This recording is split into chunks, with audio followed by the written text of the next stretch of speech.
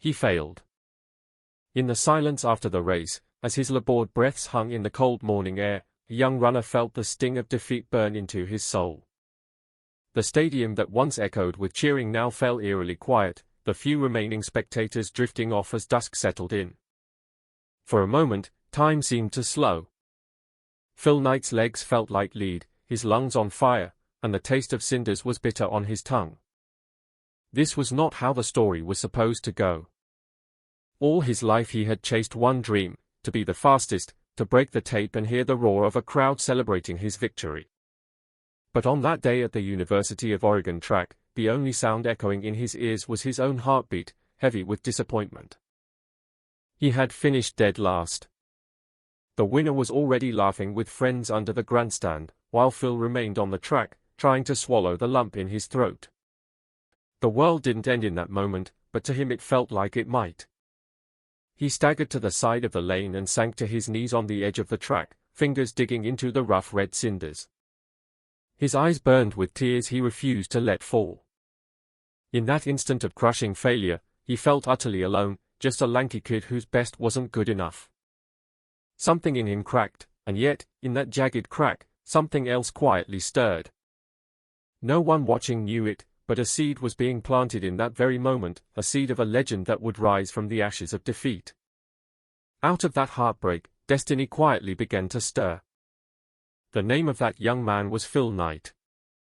To the world at that time, he was nobody special, just another athlete who stumbled and fell short. But Phil wasn't like most people. In the wake of that defeat, as he pulled himself up and limped off the track, a quiet voice inside whispered that this wasn't the end. That night, sleep escaped him. He lay in bed staring at the ceiling, replaying every second of the race, feeling again the emptiness of losing. Yet, amidst the swirl of regret, another thought pushed through his mind, a strange, persistent hope. Maybe he had lost on the track, but he was not lost in life. Even as his dream of being a champion runner seemed to slip through his fingers, he realized something powerful: maybe he was born to chase a different kind of victory. He loved running with every fiber of his being, not for medals or glory alone, but for the feeling of freedom it gave him, how it made his heart soar despite the pain. And more than anything else, he loved the magic of the shoes that carried him. As a boy, he'd spent hours obsessing over his sneakers, cleaning them, studying their design, convinced that the right shoe could unlock speed hiding inside a person. He had been obsessed with that idea for as long as he could remember, that a shoe was more than just fabric and rubber, it was a vessel of possibility. In failure's aftermath, Phil clung to that love. It became his lifeline. Perhaps he couldn't be the fastest man on the track, but maybe, just maybe, he could create the fastest shoes for the feet of others. That spark of an idea, faint but persistent, began to glow in the darkness of his disappointment, hinting at a new path forward. Phil poured his restless energy into a new dream. He went on to pursue an MBA at Stanford, a path that felt like fate opening a door. This was his chance to learn how to turn that tiny spark in his heart into a flame. In one entrepreneurship class, Phil's mind kept drifting back to Oregon, back to his old coach Bill Bowerman. Bowerman had taught him and his teammates that better shoes could make a better runner. Phil recalled how Bowerman would rip apart running spikes in his workshop, sewing them back together lighter and faster. That memory became inspiration. Late one night in a nearly empty library, under the glow of a single lamp, Phil scribbled down a wild idea for a class paper. What if Japanese running shoes, affordable but high quality, could flood the American market and outrun the big German brands like Adidas? What if he could be the one to bring those shoes to the athletes back home? His heart pounded as he filled page after page, imagining a company that didn't even exist yet.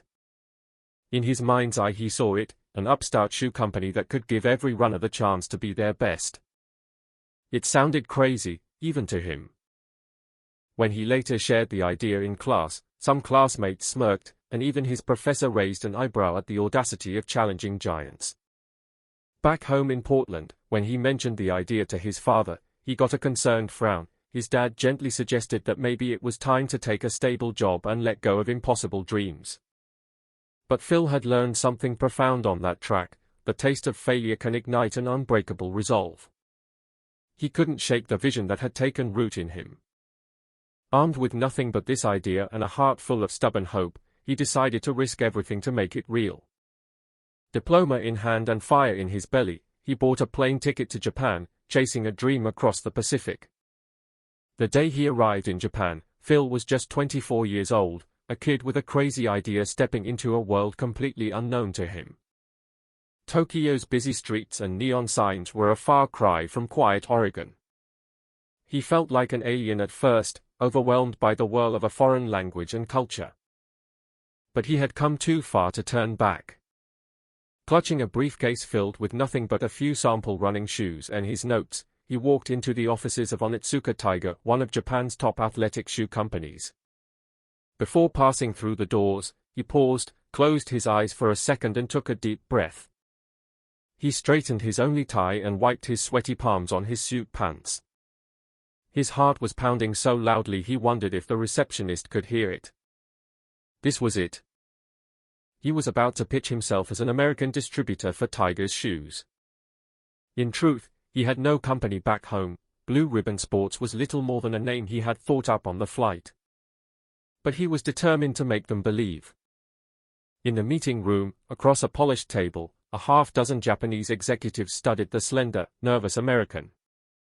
Phil introduced himself as the CEO of Blue Ribbon Sports, speaking slowly and respectfully, praying his voice wouldn't crack. He talked about how American runners were hungry for quality shoes, how Tiger could be huge in the United States with the right partner. Every sentence felt like stepping off a cliff, hoping he'd sprout wings before he hit the ground. The room was silent for what felt like an eternity as the executives conferred in hushed Japanese. Phil's stomach lurched. He was sure they'd laugh him out of the building any second. Then, the men across the table smiled. They nodded. In calm, deliberate words, the chairman agreed to let this unknown young man sell their Tiger running shoes in America. Phil managed to keep a professional composure as he shook hands and bowed, but the moment he was alone outside, he nearly shouted with joy. He stepped out into the crisp Tokyo air with a signed deal in his hand and tears of disbelief welling in his eyes. It was happening. The dream was no longer just in his head, it was now written in ink, a promise he had to fulfill. He looked up at the sky, the same sun now shining on a new future, and felt a surge of gratitude and determination. The door had opened, now he had to run through it with everything he had. Back in Oregon, Phil wasted no time turning that deal into reality. Blue Ribbon Sports became real overnight, not with an office or a staff, but with 300 pairs of Tiger sneakers piled in his childhood bedroom. He had no fancy storefront, just the trunk of his beat-up Plymouth Valiant and a relentless determination. On weekends, he transformed into a traveling salesman, driving hundreds of miles to high school meets and college tracks. He'd park by the field, swing open his trunk to reveal boxes of bright Tiger shoes, and set up shop on the spot. Under sun or rain, he approached coaches and runners with an open box and an earnest pitch. His first attempts were clumsy, his voice trembled and he stumbled over words as he tried to explain why these unknown shoes from Japan were worth a try. Many days, he got far more no's than yes. He faced skepticism with every approach. Athletes loyal to Adidas or Puma would shrug and walk away. Spectators sometimes cast pitying looks at the lanky guy hawking shoes out of his car, like he was chasing a hopeless hobby. But every time an athlete actually laced up a pair and jogged around, Phil saw their eyes widen at how light and comfortable they were. Those moments kept him going. He'd make a sale, one pair, maybe two, and drive home beaming as if he'd won an Olympic medal. One rainy afternoon, after hours without a single customer, Phil was about to pack up when a young runner wandered over, drawn by the strange new shoes. Phil knelt in the wet grass, helping tie the boy's laces, and watched as he took off down the track. The boy's face lit up at his newfound speed. He bought the shoes on the spot. As Phil drove home through the drizzling twilight, that single sale felt like a sign he was on the right path. Still, the reality was harsh. By day, he worked long hours as an accountant, crunching numbers in a dull office to pay his own bills. By evening, he was on the road or in his cramped garage, taking inventory, loading his car, preparing for the next opportunity to sell. Exhaustion became his constant companion. Late at night he'd collapse onto bed with his mind still racing over strategies and worries, how to find more customers, how to scrape together money for the next order. His personal bank account skated on the edge of empty as he poured every dollar of profit back into ordering more shoes from Japan. There were nights he stared at the ceiling in the dark, doubt creeping in. Was he delusional to sacrifice so much for this dream? He was nearing 30, with no steady career, no savings, just a garage full of shoes and a head full of dreams. Friends gently suggested he should settle down into a real job. But Phil couldn't forget the thrill he saw on runners' faces, or the way his own heart beat not with fear when he was out selling, but with purpose. He thought of that bitter taste of failure on the track, and it fueled him. He would rather die than give up and live the rest of his life wondering, what if? And crucially, he wasn't completely alone in this mission. His former track coach, the legendary Bill Bowerman, had been one of the first to see the promise in those Tiger shoes. Bowerman had asked Phil to send him some pairs to try with his athletes. Impressed, Bowerman came back not only with feedback, but with an offer. He wanted in. This coach who had pushed Phil to his limits on the track now pushed him in business, becoming a partner in Blue Ribbon Sports. Bowerman even invested his own money in the first shoe order, and in return received a share of the fledgling company. It was more than money. He brought a masterful eye for design. He tore apart shoes in his workshop, experimenting with new materials and cushioning, obsessively seeking that extra edge for runners. Phil and Bowerman made an odd pair, the quiet, driven salesman and the eccentric, brilliant coach, but together their belief in the dream only grew stronger. They celebrated every small victory, a local high school team ditching their old sneakers for Tigers, a favorable mention in a tiny athletics magazine, a slowly increasing trickle of mail orders from distant states. Each little win was like a log on the fire, keeping the flame of faith alive during the cold, dark nights when doubt and debt threatened to douse it. By the late 1960s, Blue Ribbon Sports was gaining traction, but success came with new challenges. Phil had hired a handful of employees equally enamored with the dream, people like Jeff Johnson, a passionate runner who became Blue Ribbon's first full-time employee and a tireless evangelist for their shoes. Jeff was as obsessive as Phil, sending him long letters filled with sales updates, ideas, and encouragement. He even opened Blue Ribbon's first tiny retail storefront in California, where he sold shoes by day and slept among showboxes by night, living and breathing the dream. They opened a tiny retail store in California and sales were slowly climbing. Yet behind the scenes, storm clouds were gathering. The partnership with the Japanese supplier that started it all began to fray. Shipments from Onitsuka Tiger grew erratic and delayed, leaving Phil scrambling with empty shelves and impatient customers. He'd fly to Japan, hat in hand, to negotiate and plead for consistency. During one tense visit, he sat across from the executives who once welcomed him, and he felt a chill in his gut. There were rumors that Tiger was quietly courting other American distributors, looking to replace Blue Ribbon. Phil realized with dread that everything he'd built hung by a thread controlled by someone else. In late-night meetings back home, Phil and Bowerman pored over letters and contracts on Phil's kitchen table, the air thick with worry. They had poured years of sweat and sacrifice into this, and now it could all vanish with a stroke of someone else's pen. The thought of losing the dream now, just when it was starting to come alive, was unbearable.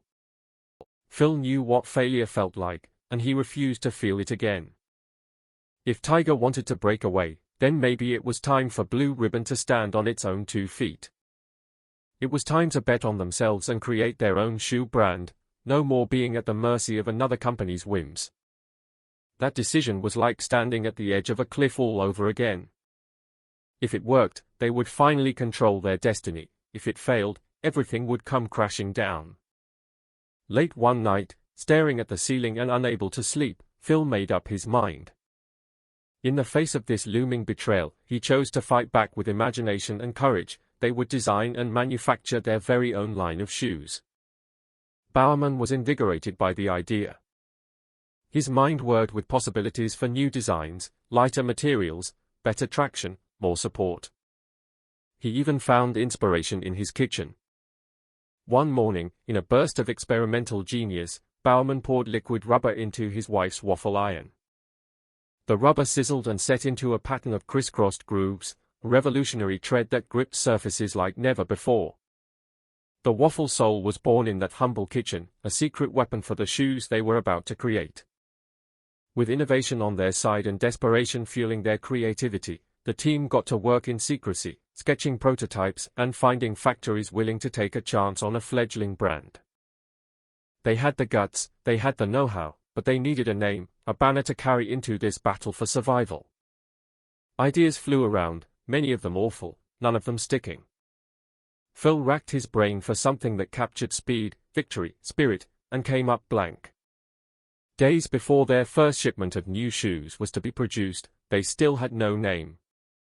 Then, in the pre-dawn darkness of one early morning in 1971, the phone rang at Phil's home. It was Jeff Johnson, that first loyal employee, calling excitedly from across the country. Half asleep, Phil fumbled the receiver as Jeff blurted out a single word that had come to him in a dream: Nike. Phil repeated it slowly, letting it roll off his tongue. Nike, the Greek goddess of victory. It was short, bold, and carried the whisper of something divine. In that instant, the pieces clicked. This was it. The name felt like destiny. They would call the new company Nike, and their shoes would carry a symbol of winged victory. In a small room at Portland State University, a young art student sketched a simple curved checkmark shape, inspired by the idea of motion and speed, a swoosh, like the wing of the goddess. It cost just $35, a token payment for a logo that would one day shine on athletes around the world. With a name and a symbol finally in hand, Phil and his team braced themselves for a new chapter. It was as if all the struggles, all the long nights and close calls, had been building to this moment of transformation. They were no longer just selling someone else's shoes, they were about to unleash their own creation upon the world. And when the first samples of their new shoes arrived in early 1972, the team crowded into Phil's modest office to behold them. They lifted out their shoes, with reverence. The smell of fresh rubber and new leather filled the room as they passed around the lightweight runners emblazoned with the bold swoosh. It felt like holding the future in their hands. In that moment, all the lonely nights and leaps of faith crystallized into something real and shining. They had done it, they had created a shoe from scratch, and it was beautiful. Phil's eyes misted over as he ran his thumb across the logo. It was still a long road ahead, but right then he allowed himself a smile. For the first time, he wasn't just selling someone else's product, he was going to sell something of his own, something born from his struggle. They were no longer just selling someone else's shoes, they were about to unleash their own creation upon the world. Nike was born in defiance, but the fight was far from over. When Onitsuka Tiger discovered that Phil and his team had struck out on their own, they did not let go quietly.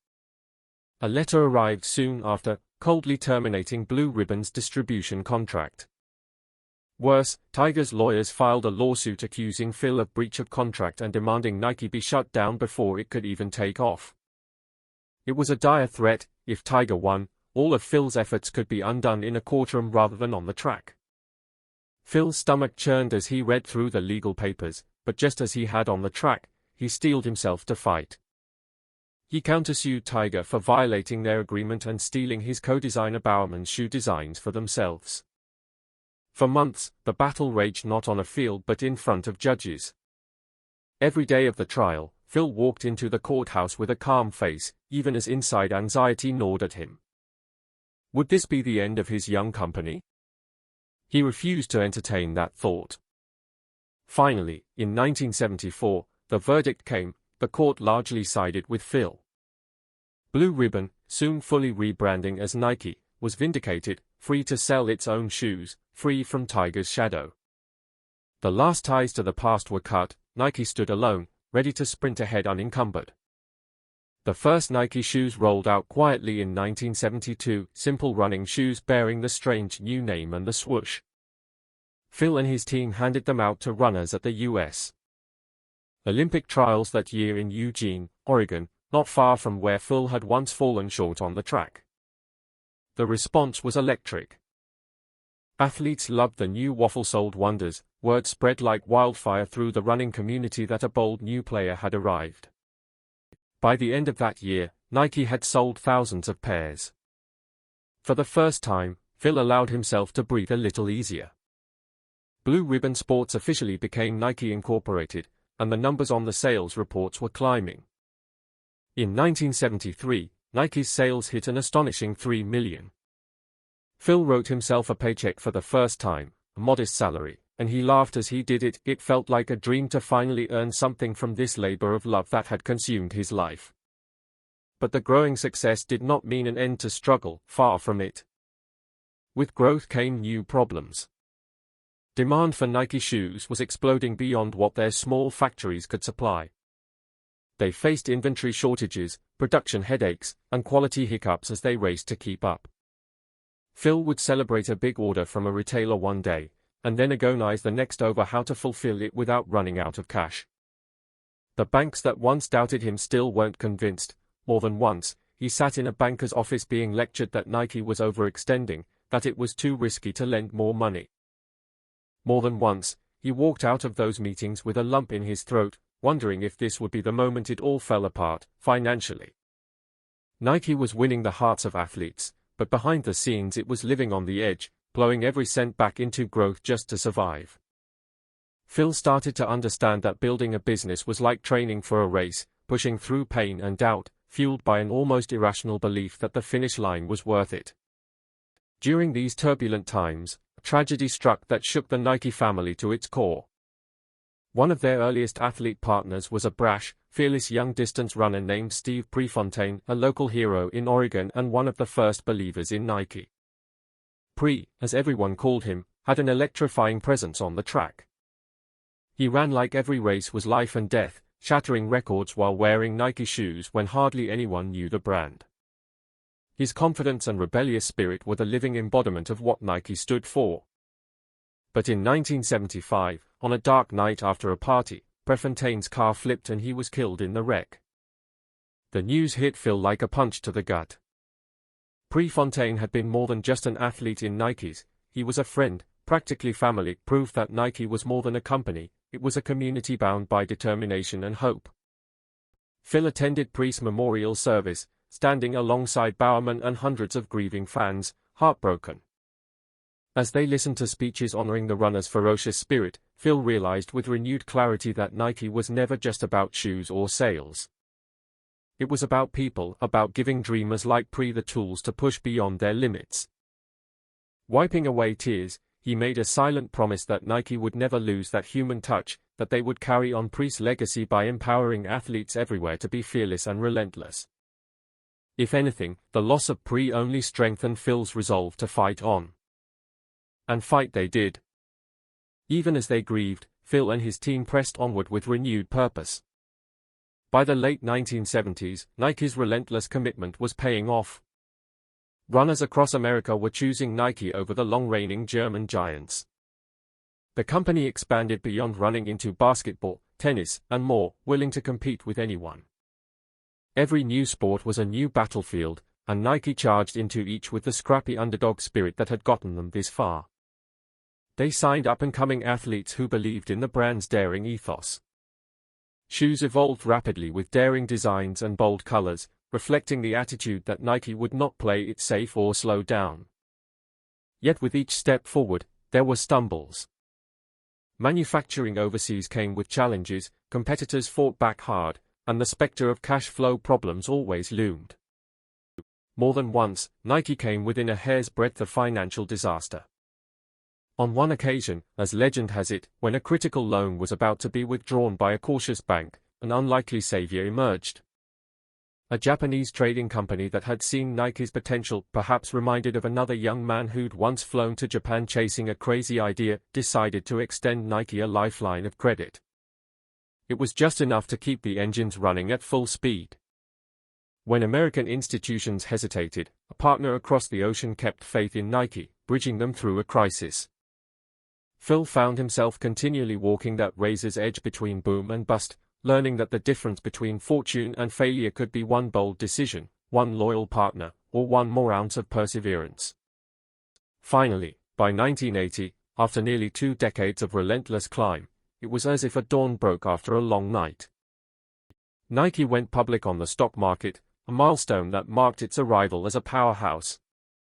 In that moment, the shy Oregon runner who once knelt devastated on a track had become the leader of a company worth hundreds of millions of dollars.